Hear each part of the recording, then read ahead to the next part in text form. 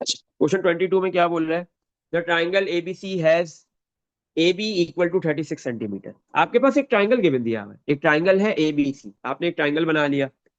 A B C, किसी भी point का ए नाम रख दो, किसी भी पॉइंट का नाम बी रख दो, किसी भी पॉइंट का नाम आप सी रख दो, सही है।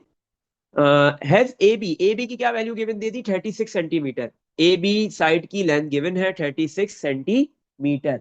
ए बी साइड की क्या लेंथ है आपके पास? 36 सेंटीमीटर, सही है। पार्ट ए में क्या बोल रहा है? The length of B C, the length of side B C is 10% less than है। लेस देन इसका मतलब डिक्रीज है, कम है, सही है ना। 10% लेस है, 10% कम है, डिक्रीज है। तो 10% बेटा जब लेस होता है, कम होता है, डिक्रीज होता है, तो 100 से क्या किया जाता है? माइनस। 100% माइनस 10%, आंसर कितना आ गया आपके पास? 90%, सही है। तो आपके पास जो है वो बी सी की जो लेंथ है वो 10% लेस है the length of A B के मुकाबले में 10% कम है। इसका मतलब अगर ए बी की जो लेंथ 36 सेंटीमीटर है, वो अगर 100% है, तो बी सी की लेंथ 90% है ए बी के मुकाबले में, ए बी के कंपैरिजन में। Calculate the length of B C, तो बी सी की लेंथ आपने फाइंड करनी है, सही है। तो यहाँ पे आपके पास क्या है? क्या करोगे आप? 90%, 90% जैसे ही आप 90% जो है वो क्या करोगे? मल्टीप्लाई किससे? 90% को मल्टीप्लाई करेंगे। इसका मतलब क्या है? आपको ए बी का क्या निकालना है? 90% निकालना है, सही है ना। क्योंकि आपको बीसी की लेंथ फाइंड करनी है ना, बीसी साइड की लेंथ फाइंड करनी है। तो बीसी साइड की लेंथ क्या है? बीसी इक्वल टू, बीसी क्या है? बीसी साइड की लेंथ कितनी है? ए बी के मुकाबले में 10% कम है। अगर ए बी की लेंथ 100% है तो बीसी की कितनी है? 90%। अगर ए बी की वैल्यू 36 सेंटीमीटर है तो बीसी की लेंथ जो है वो 36 से कम होगी। कितनी होगी? 90% ऑफ 36। तो 36 का आपने क्या निकालना है? 90%। तो 90% ऑफ 36, सही है ना। तो 90% परसेंटेज हटाने के लिए डिवाइड बाय 100, ऑफ की जगह मल्टीप्लाई आ गया और ये 36। तो बी सी की साइड कैसे आएगी? जैसे ही आप 90% को 36 से मल्टीप्लाई कर दोगे, तो आपके पास बेटा वैल्यू आ गई 32.4 सेंटीमीटर। तो साइड बी सी की लेंथ कितनी है? 32.4 सेंटीमीटर। पार्ट ए हो गया। पार्ट बी, पार्ट बी में क्या बोल रहा है? The length of A B is 20%। आपके पास जो ए बी की लेंथ है 20% greater than the length of C A, सही है। आपके पास जो ये ए बी की लेंथ गिवन दी हुई है 36%, 36 सेंटीमीटर जो लेंथ गिवन है ए बी की, ये ग्रेटर है किससे? ग्रेटर देन है, ज्यादा है किससे? ए सी ए की लेंथ, सी ए मतलब ए सी कह लो, सी ए कह लो, कुछ भी कह लो। 20% ए बी की लेंथ ज्यादा है सी ए के मुकाबले में। तो दूसरे अल्फाजों में आप ये कह सकते हो इसको, अगर इन अदर वर्ड्स मतलब रिवर्स करके अगर पढ़े, तो इसका मतलब सी ए की जो लेंथ है वो ए बी के कंपैरिजन में 20% कम है। ये भी तो हो सकता है ना।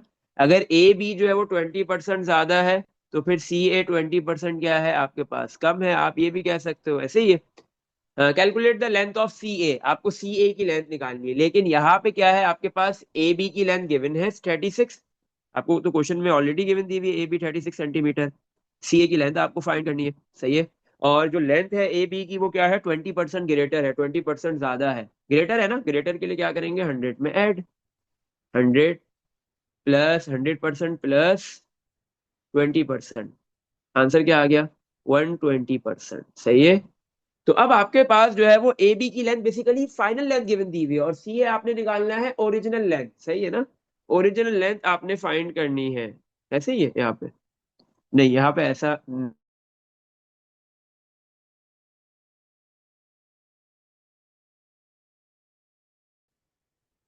अच्छा, तो यहाँ पे हाँ, तो आपके पास बेटा यहाँ पे क्या है कि ए बी की जो लेंथ गिवन दी हुई है वो फाइनल लेंथ है आपके पास, वो न्यू लेंथ है, और आपको ओरिजिनल लेंथ निकालनी है। और वो कौन सी है? सी ए, सही है। सी ए वाली आपको ओरिजिनल लेंथ फाइंड करनी है। तो यहाँ पे बेसिकली रिवर्स परसेंटेज का कॉन्सेप्ट लग रहा है पार्ट बी के अंदर, सही है। क्योंकि आपके पास ए बी की लेंथ जो है वो 20% ज्यादा है सी ए की लेंथ के मुकाबले में। तो अब आपसे बोल रहा है सी ए की लेंथ बता दो क्या होगी, सही है। तो 20% को आपने 100 में ऐड कर दिया, 120% आ गया। जैसे ही आप 120% को ओरिजिनल लेंथ से मल्टीप्लाई करोगे, ओरिजिनल लेंथ कौन है? सी ए। तो आपके पास जो है वो न्यू वैल्यू आ जाएगी, न्यू लेंथ आ जाएगी ए बी की, क्योंकि ए बी की लेंथ सी ए से 20% ज्यादा है। जैसे ही आप सी ए की लेंथ को 20% ज्यादा मतलब 120% से मल्टीप्लाई करोगे, तो ए बी की लेंथ आ गई। सही है, ए बी की लेंथ गिवन है 36, 120% सी ए के साथ मल्टीप्लाई हो रहा है, दूसरी साइड पे आके डिवाइड कर दिया, तो आपके पास सी ए की लेंथ आ जाएगी। तो सी ए इक्वल टू 36 डिवाइड बाय 120% करोगे तो कितना हो गया आपके पास, 30। तो सी ए की लेंथ कितनी है, 30 सेंटीमीटर। सही है, इसमें देख लो कुछ पूछना है। चलो लास्ट पार्ट करते हैं। लास्ट पार्ट में क्या है, what is the smallest angle of the triangle, give a reason for your answer. सही है, पार्ट सी में आपको ये बताना है कि आपके पास जो है वो इस ट्राइंगल का स्मॉलेस्ट एंगल कौन सा होगा। आपने तीनों साइड्स की लेंथ निकाल ली है। सही है, अच्छा, ए बी की लेंथ 36 से सी ए की लेंथ है आपके पास 30 सेंटीमीटर, और बी सी की लेंथ आपने निकाली है 32.4 सेंटीमीटर आई है। अच्छा बेटा, तो आपके पास जो साइड, सही है, सबसे छोटी होती है उसके सामने वाला एंगल भी सबसे छोटा होता है। सही है, अगर आपके पास ए बी वाली साइड सबसे छोटी होगी तो उसके सामने वाला ए बी साइड के सामने वाला ओपोजिट एंगल कौन सा है, सी, तो वो सबसे छोटा होगा। तो ये तो याद रखो कि जो साइड सबसे स्मॉलर होती है उसके ओपोजिट एंगल भी स्मॉलर होगा, और जो साइड सबसे बड़ी होती है उसका ओपोजिट वाला एंगल भी उतना ही बड़ा होगा, सबसे बड़ा होगा, ग्रेटर होगा। तो अभी ए बी बी सी और सी ए में से कौन सी साइड सबसे आपके पास छोटी है, सी ए। 30 सेंटीमीटर छोटी वैल्यू है, स्मॉलेस्ट वैल्यू है, तो सी ए सबसे स्मॉलेस्ट साइड है। सही है, तो सी ए के सामने वाला ऑपोजिट एंगल कौन सा है, बी एंगल। तो एंगल बी जो है वो आपके पास क्या है, स्मॉलेस्ट एंगल है, तो आपने लिखा B, angle B, angle B is the smallest angle because it's opposite to, angle B जो है वो क्यों स्मॉलेस्ट है, क्योंकि वो ओपोजिट टू स्मॉलेस्ट साइड, क्योंकि ये ओपोजिट है स्मॉलेस्ट साइड सी ए के। सही है, विच इज 30 सेंटीमीटर, और सी ए की वैल्यू कितनी आई थी, 30 सेंटीमीटर।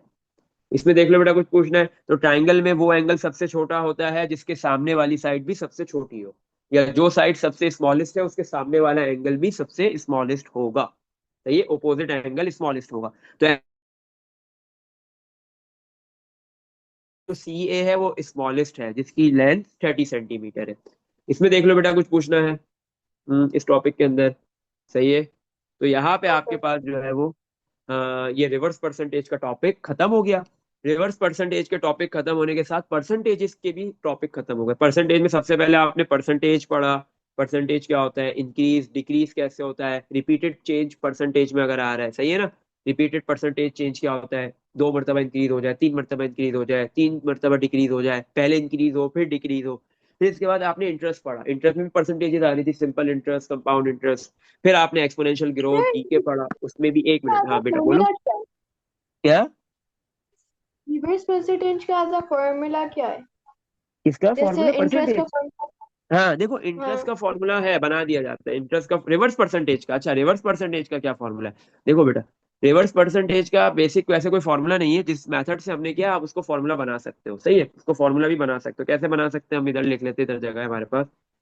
रिवर्स परसेंटेज का बेटा क्या फॉर्मूला है, परसेंटेज, सही है, हम्म ऐसे लिखो, परसेंटेज चेंज, परसेंटेज चेंज, सही है ना, परसेंटेज चेंज यहाँ पे रखना है।